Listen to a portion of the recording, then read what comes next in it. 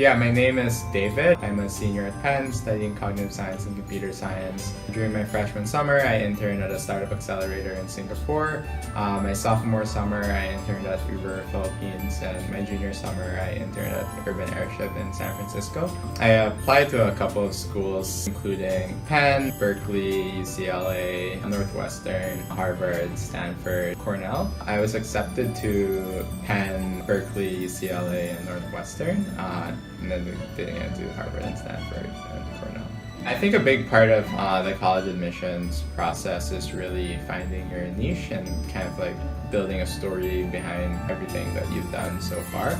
So personally, I played a lot of basketball back in grade school and high school, but I tore my anterior cruciate ligament the summer before my senior year. And so after tearing my anterior cruciate ligament, I joined the debate team. I started beforehand, like I had a personal blog, but after I tore my ACL, I started writing more, and I ended up becoming a contributor for like the Philippine Daily Inquirer. And so through both like debate, like Philippine Daily Inquirer, and I started doing a lot of work when it came to like volunteer work and just volunteering for different like nonprofits back in the Philippines as well. And I kind of like used all of those like different experiences after tearing my ACL to craft a story where I was interested in learning more about different cultures, and through debate, like learning more about different like world issues and meeting people from different cultures, and I guess like put that together to create like a story and a niche within debate, and also writing that probably like helped me like stand out. But I really do think it's about finding what makes you different, and really picking like one or two things where you could become really good at during high school, and diving into that and trying to like get like leadership positions and like doing things beyond what your high school offers, and really trying to stand out that way. I primarily like considered just the US for like studying abroad, and then I was choosing between Berkeley and Penn actually, and ended up going to Penn because of like reasons including I think class size. A big part of it was just talking to like friends and like family, because I personally wanted to go to Berkeley just because I wanted to be in San Francisco. But yeah, after talking to like friends, family, and alumni, like there's a pretty strong alumni base for like Penn students. I ended up like deciding to go to Penn. I think it was a mix of Camp Philippines was really helpful. So I had a mentor from Camp Philippines. He went to Yale, and he had gone through like the whole process and gave really like good advice in terms of what to think about, like how to approach like senior year, like how to like stand out. And so like I think that definitely like was big source of help in terms of just knowing like what to think about, like what to write in my application. And that'll probably be the biggest thing. I spent a lot of time like online as well, just like looking through different blogs, different like websites, different forums to just like see like what are some of the small things I needed to think about. But during that time, like Xavier didn't really have like an established like IB program yet. I think nowadays like it's more like a bit more established where like the counselors know more, but back then like it was pretty hard to like get like tangible like advice and help from like my school counselors. But I think like through camp, like that was like probably the biggest source of like advice and just insight into what to think about. Yeah, so at College Confidential, I was on that a lot. And then there's this like blog by like Cal Newport, like he talks about like how to get into Harvard by staring into the clouds. I think that was like super interesting article. Definitely like changed the way like I looked at applying to like schools abroad, especially for competitive schools. A big part of it is like really finding like your hook and what makes you different, and like doing things that will like really make you stand out. Yeah, in terms of most important parts, I think the most important part is, I think obviously you started with like test scores and just like your grades in high school, and then from there I think your main activities and where you really spend a lot of your time. And then I think the last thing to like bring it all together is I think the essay. The way I think about it is like your test scores and your grades like get your foot in the door, and like your activities and stuff, but it's probably like your one main activity plus like your essay that really helps you like stand out from like all the other like really smart like students who've done like amazing things. So for the SATs, I went to like some review for like a few weeks, and then from there like I self-studied using like the College Board book.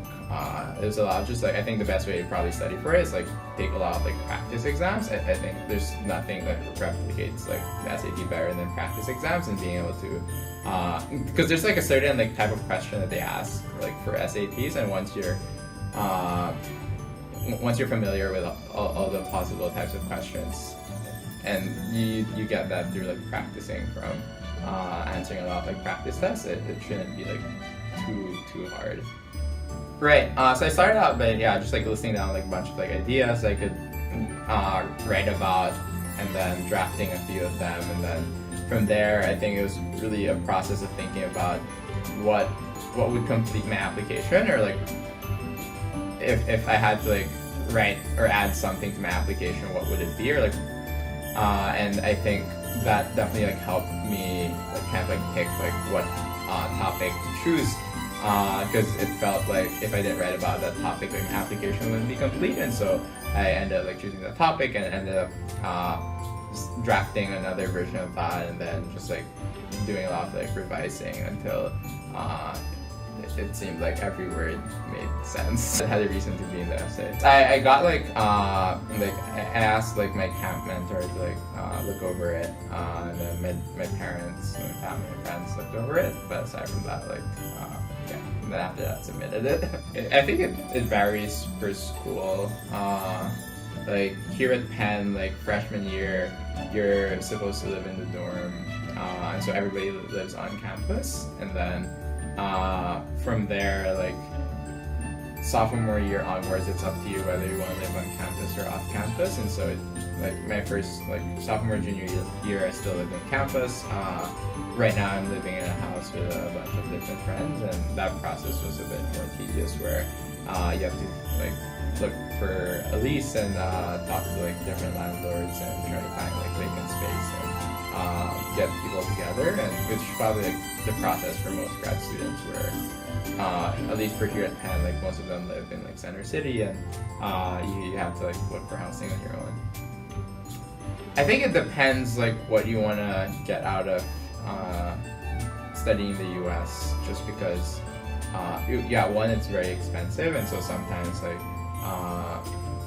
it may not be super worth it if you like don't get into a top tier university, but it really depends on like what you're studying, like what the university you got into is good at, the people you'll be surrounded with. I think at the end of the day, like what I've realized is a big part of like studying in the US is more for like, rather than the actual like curriculum, while like there are probably like certain subjects and professors who are really amazing, I think like you could get a lot of that like online or through like local university as well, but I think it really boils down to like the people you're surrounded with, and I think like if you think the school or university you're going to attend is like amazing people or like smarter than you, I think that's probably the biggest value, at least personally from what I've experienced. Most of the things I've learned are from like my peers here at Penn. Hopefully gonna be working in my own like startup in the future. If not, like I think with computer science there are a couple of options, whether that's software engineering or product management. I've also like worked a bit in VC through Dorm Room Fund, which is a student-run VC firm, and so I'm considering if like the side doesn't work out, I could potentially like do VC as well, which is venture capital. And in terms of like just like foreign companies hiring foreign workers, I think for software engineering specifically and like product management roles, like a lot of the companies like do like hire and sponsor foreign like students. I mean, I like to tell people that if I were to do it all over again, like I might have gone to Berkeley, just because I think like starting out, I've always wanted to like be in Silicon Valley, and I do think the proximity like actually like makes a huge difference, especially after being there during the summer. So I might have gone to Berkeley, like I could have started all over again, but in terms of major, I think like I picked like a pretty good major in cognitive science and computer science, just because it's very relevant to like the present and also the future when it comes to like artificial intelligence. Few things. I think first, like don't be afraid to ask for help. I think a lot of like students who gotten into like a lot of these schools like are more than like happy and like willing to like help you out. So it's probably number one. Number two is like enjoy the process. I do think like a lot of students like really stress out over like applying abroad, but it's like really like about the process as well. Like just really thinking about like what you're good at, like what you want to do, and like why you like want to study like in the U.S. in the first place. I think a big part of it is like just like a lot of like introspection throughout like the college admission process, and I think it's a good way to like learn more about yourself.